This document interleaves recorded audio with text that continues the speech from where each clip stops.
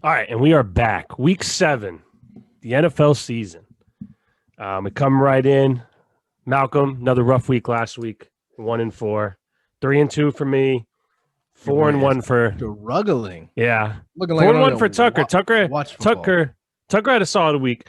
We also all three of us hit our lock, which is what you're looking for there. Me and Tucker hit the upset.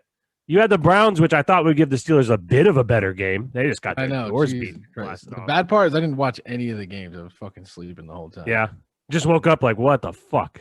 Yeah. I took a melatonin and was like, shit, I missed every game. But yeah, so rough week. Standings right now.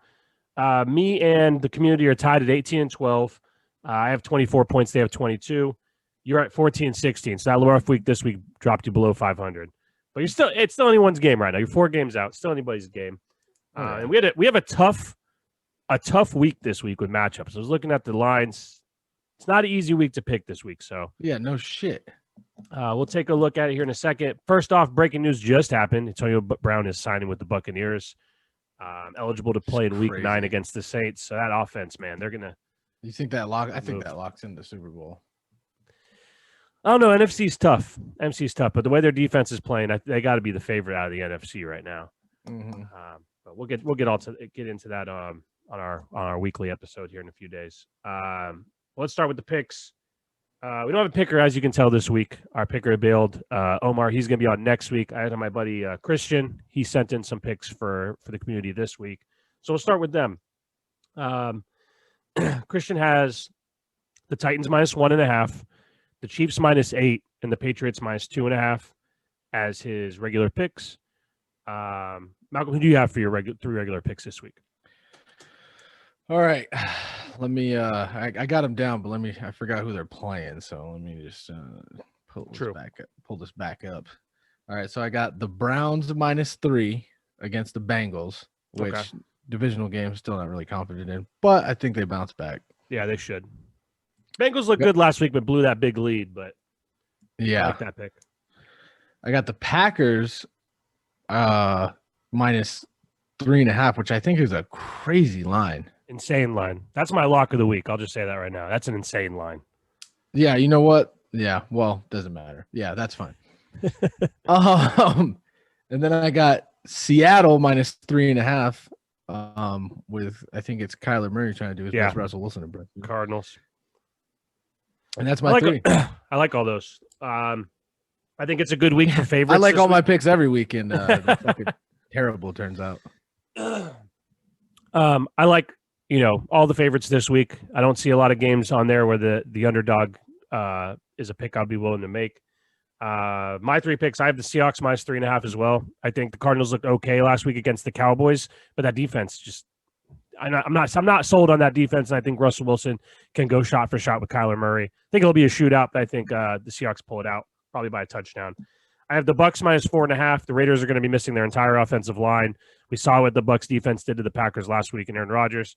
I just think they're going to be their whole line because of COVID. Yeah, because of COVID. So I think that they're going to be all up in Derek Carr's grill. Their run defense is the number 1 rush defense in the league, so they're going to neutralize Josh Jacobs a little bit. So I like them. 4.5 seems kind of low after what they did to the Packers last week, but I'll take that. And then at this point, it's just getting easy, man. Just bet against the Jets. I like the Bills. It's a lot of points, -10, but I think the Jets are absolute dog shit. Bounce I like game. Yeah, and exactly. Bills have lost 2 in a row. I think they come out there and put some points up. And I'll jump right into my upset. I have the Lions over the Falcons. Again, anytime you can bet against the Falcons, you should. They won last week. The offense, everything was clicking for them last week, but I just don't think the Falcons are very good. And I think the Lions are actually kind of frisky. They do some things on offense. They got some playmakers. It's hard to bet against Stafford in a game where the other team has. Yet? No, he's still a coach.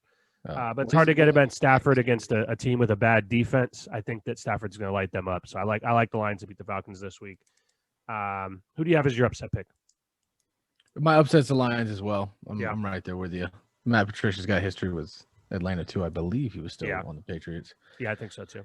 So, and I think Stafford can come back and do it. Yeah. And then Christian, our guest picker, he has the Panthers over the Saints, which I think is a crazy pick, but Saints haven't really looked. Yeah, and the Saints haven't really looked great. They looked okay last 2 games, but I mean, season on a whole, they've been a bit disappointing. Breeze looks, that noodle arm is definitely real. No Michael Thomas this week, no Emmanuel Sanders. So I think their offense is going to be a little bit limited. Panthers, though, that running back, was it Davis? Yeah. He looks good. It's going to be real dangerous when they get McCaffrey back and they have him and McCaffrey back there. That's going to be a nice little 1-2 punch. Lightning and thunder. And they don't have the Panthers don't have a great defense, but they have a good enough defense. Like they can make some third down stops. They're not going to get a bunch of turnovers, but they can do enough. So I don't see them winning that game, but I don't hate the pick. And then for his lock, he has both me and him have the Packers -3.5 as our lock of the week. So Malcolm, who do you have for your lock of the week? My lock is the Rams -6 against the Bears. Ooh. I like that on Monday. Damn, the Bears are 5-1, huh? Yeah, but they're frauds. They shouldn't have beat the Bucs 2 weeks ago. They had another game last week where everything's just kind of falling into place for them. I think the Rams had a really bad game last week, but I could see that. I could definitely see that happening. I just like the Packers because I think giving them if they don't lose the way they did to the Bucs last week, they're 8-9 point favorites this week against the Texans. See, that's the crazy thing is I'm betting kind of blind, dude. I didn't even watch highlights. I have no idea what happened. Straight up. So maybe if you're listening or watching, you should maybe fade Malcolm this week and bet against him. Maybe, I mean, if you would have done that last week, you would have went 4-1. So, well, I don't know. I've been paying attention and then I've been losing. So I figure if I don't pay attention, maybe that's I'll true. win. Changing of the tide there. You change up your strategy. I like that. So that's our picks for the week. Just to recap, community has Titans -1.5, Chiefs -8, Pats -2.5, Panthers as the upset over the Saints, Packers -3.5 is the lock. Malcolm has Browns -3, Packers -3.5, Seattle -3.5, Lions as the upset, Rams -6 as the lock. And I have Seahawks -3.5, Bucks -4.5, Bills -10, Lions over the Falcons is my upset, Packers -3.5 is the lock. So and we got a little extra UFC pick this week. Yeah. So what are you thinking? First of all, what are you thinking of this this main event here? So you got Khabib and Gaethje, both highest of the level in that division. Gaethje coming off a great win against Tony Ferguson, where he's very dominant in a fight that he was an underdog. Khabib had a little bit of a layoff. Last win was, I believe, Dustin Poirier, where he just When's the last time he fought? It was in Saudi Arabia. It was probably a little less than a year ago. It's in the same place where they're doing Fight Island. The one big thing with Khabib is his dad did pass away, who was also his coach. He died from COVID. Damn, I didn't know that. Yeah, he died from COVID. Get the fuck out of here. Yeah. So we'll see how that affects him mentally. They're very close, and we'll see how that all shakes out. You can tell I've been watching some of the embedded stuff on YouTube, and he seems to be a little off, not quite himself. But I think once he gets in that cage and they close the door, he's going to get right down to business. How do you see it playing out?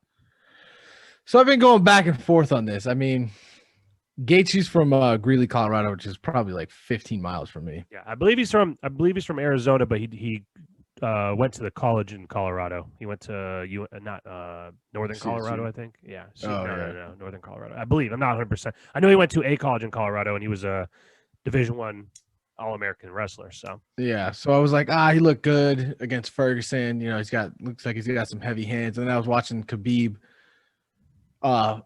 fight Conor again, and the striking just didn't scare him.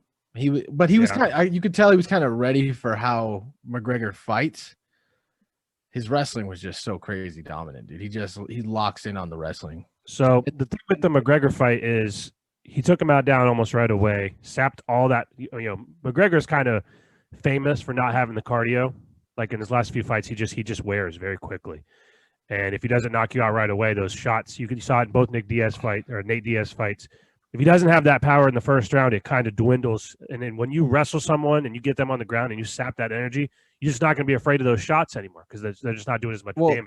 That's what was so crazy. I was watching that McGregor fight, and like he would go for a single leg, and he wouldn't necessarily get it at first. Yeah. And he would just commit to it. Like, yeah, well, he's what's called a chain wrestler, right? So his style is to bull rush you and flip you down. It's to get in one position, and then he goes from like point A to point B to point C to point D, and then gets you down. That's like his style. It isn't like it isn't like some of these guys where they spear you and then flip you on the ground. It's not that. If he gets a hand on you, you're going to be on the ground. That's just his style is chain wrestling. You could see that.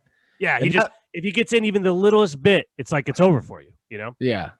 So that was like, I was like, could be, Gaethje. And then I seen that video on Twitter of him swimming in a river upstream. And I was like, all right, I think I'm gonna have to take Khabib on this one. There's the one when he was a kid, he wrestles the bear. Oh yeah. I mean, he's a wild dude. But the one thing I can say about Gaethje, he does have a nice style for Khabib because Gaethje is a good wrestler and he's a very good defensive wrestler. If you look through some of the highlights, he does these moves where when the guy shoots in, he'll flip him right over and get back up. So it's like we're gonna know right away. Like if Khabib shoots in and Gaethje's able to get off and get back to standing on the feet, it's gonna be a long night for Khabib. If Khabib gets right in, flops him down, and Gaethje can't get up, it's gonna be a long night for Gaethje.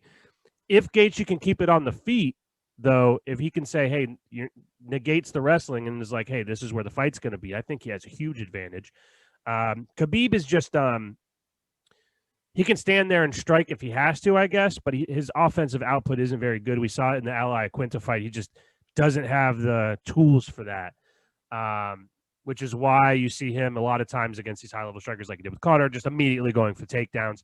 And on top of that, if you can do it, it's, you might as well do it. Might as well do it. Exactly. So we'll see what happens in the Gaethje. Well, his whole dad dying, that's a whole different factor. And I don't think it's going to affect him negatively. I mean, usually when somebody dies, what do you got to lose? Like, you think the world's against you, your dad's dead, you go out there and, Buster Douglas, dude, he fucking, his mom died before that Tyson fight. Brett Favre, had that famous Monday Night Football game. But also with and if you don't win after a family member dies, you probably didn't love him that much. So no, I think that the only negative I could see is maybe just being a little bit distracted, having a lot going on outside of that's what a loser would say. So you're going with Khabib? I think I am as well. I'm going with Khabib. Yeah. I want Gaethje to win, but same. I think I'll be rooting for Gaethje, but if you're going to bet, I think it's hard at this point. It's very hard to bet against Khabib. So we'll see how it all shakes out. But we'll be back. Everybody, thank you for downloading. Thank you for watching. Thank you for listening. Follow us on Twitter and Instagram at @scam_podcast. Follow us on Twitch, scam_podcast. And follow us on YouTube. Subscribe to the channel if you're listening to the audio. I know we have a ton of audio listeners. Come over to the YouTube. Come on over. Come look at us. Come watch us. Subscribe, you fuck. Yeah, it's 2 words, Scam Podcast. Easy to find. So thank you guys for tuning in. And we'll be back Monday nights. So thank you guys, and we'll see you then.